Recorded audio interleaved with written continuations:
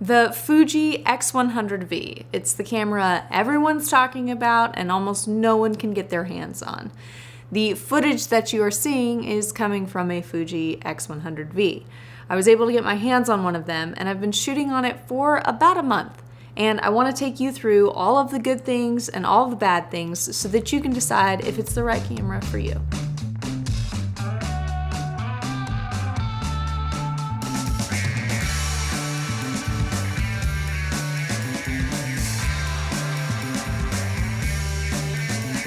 One of the most important things in buying a camera is the price.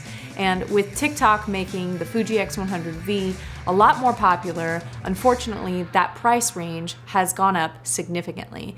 It used to retail for around $1,400, and now it's hard to find one less than $2,000. When I first got my hands on this camera, I was wondering if it was actually worth the money that was spent to get it. And this camera is a jack of all trades. It's capable of doing a lot of different things. And I think that's part of the reason that it's become so popular. My analytics show that around 54% of you have not subscribed. So please don't forget to do that because it does help keep me motivated in making these videos for you. One of the issues that I do want to talk about with this camera is the focus.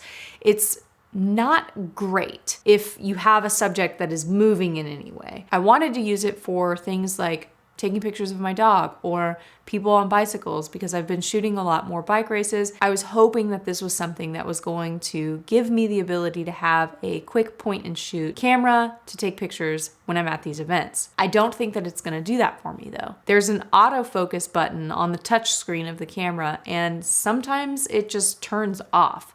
You can take a couple pictures and it'll be on autofocus, but then it'll shut itself off. And I don't know why it does this, but it's an issue that people have mentioned in the past as well. For someone who is taking pictures while they're traveling or taking pictures of their family, I think this camera does a good job in those environments. But for someone who needs the focus to be accurate every single time you take the picture, I'm not sure that this camera is going to do that for you. Another factor to take into consideration when it comes to the Fuji X100V is its capability of shooting 4K video. Now, this may be a bigger deal to some people than it is to others, but there are reports of the camera overheating when it is used continuously in the video mode. And when this happens, you will get a yellow notification or warning sign on the camera that tells you that it is starting to overheat. When it gets too hot, that signal turns red and eventually the camera turns off. But if shooting in 4K video is not something that you need out of this camera, then it's not something you need to worry about. I wanted to see how capable this camera was up close and personal. So I took some self-portraits to see exactly how clear the shots would be if my subject was not moving at all and if I got super close. And these are the results that I got. Honestly, I'm pretty impressed with the quality of images I was able to get out of this camera. You can see the little details like the pores in my skin or the creases in my eyelid, and even strands of hair in some of these pictures are incredibly clear. So I'm pretty impressed with the results. The color images that you're seeing are also film simulations of Portra 400, and the black and white is a film simulation of Ilford HP5. And while some of the film simulations are pretty close, I would say that the black and white versions are a little bit better than the color. That's just my personal opinion. The Portra 400, it has a little bit more of a yellow tone than film stock actually has, but to each his own. There are a ton of options that you can get online for film simulations, and I will make sure that I put a link down below so that you have access to the ones that I've used and where I got them from. So if you're interested in a camera that gives you a lot of different options for changing the aesthetic of your images, this camera might be a good option for you. You have 7 different settings or presets that you can save in the Fuji camera. It's not something that has an infinite list, so you have to pick your 7 favorite. Personally, I shoot on Portra 400 and Ilford HP5 almost exclusively, so having 7 is plenty for me. With the film simulations, it's not a preset that you download to the camera.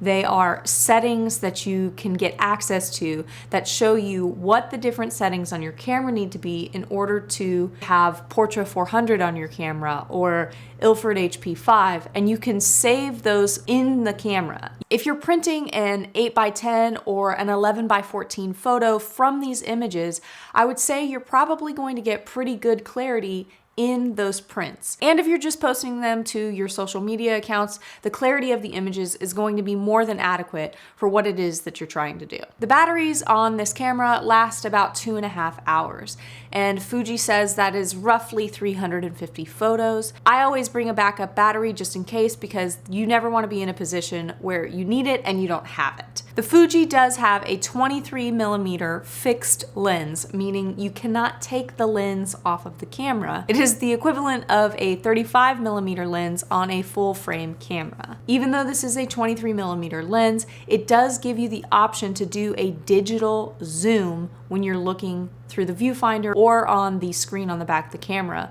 It's a pretty neat feature. The app for the camera itself for downloading pictures to your phone really doesn't work, and it hasn't worked since the camera came out. There are videos on how to fix this and how to rectify the issue, but I tried doing that and it does not work. So I'm not sure if there is new software coming out, but currently with the attempts that I have made, the app does not work for transferring the photos directly from the camera to your phone. And that's kind of a bummer, because it would be super convenient to be able to do that when you're on the go or when you're traveling, which is what we use this camera for most of the time. So in order to get the photos off of this camera, you're going to have to take the SD card out of the camera, download them onto your computer, and then send them to your phone. It's a little bit of a hassle, but it is worth noting because that might be a feature that is important to you. Here are some of the photos I captured with the Fuji X100V. The images of myself are compliments of my husband. A big thank you to him for capturing those. Do I think this camera is as good as everyone says? It does a decent job with the film simulations, but that is the one thing I think it does well. There are other digital cameras that offer film simulation recipes that I would test out before pursuing the Fuji X100V, and I will make sure I list those below. Knowing what I know now, I probably would not purchase this camera again. Personally, I think it's overpriced and overrated. The camera is inconsistent with focusing, so you never know whether or not you're going to get a focused image, and the app does not work, so having a streamlined way of accessing images while you're traveling is non-existent, and the battery has to be changed out very frequently. Will this replace my film camera? No. Or my digital camera? Also no. Do I think that it's as good as they say it is? Honestly, I don't believe that it is. Those are my thoughts on the Fuji X100V. If you've shot on this camera or you've been shooting on this camera, leave a comment down below. Let me know what you think. I'd love to hear your perspective. And don't forget to subscribe. That's it for today. I'm Tilly Scholl. Thank you so much for watching, and I'll catch you on the next one.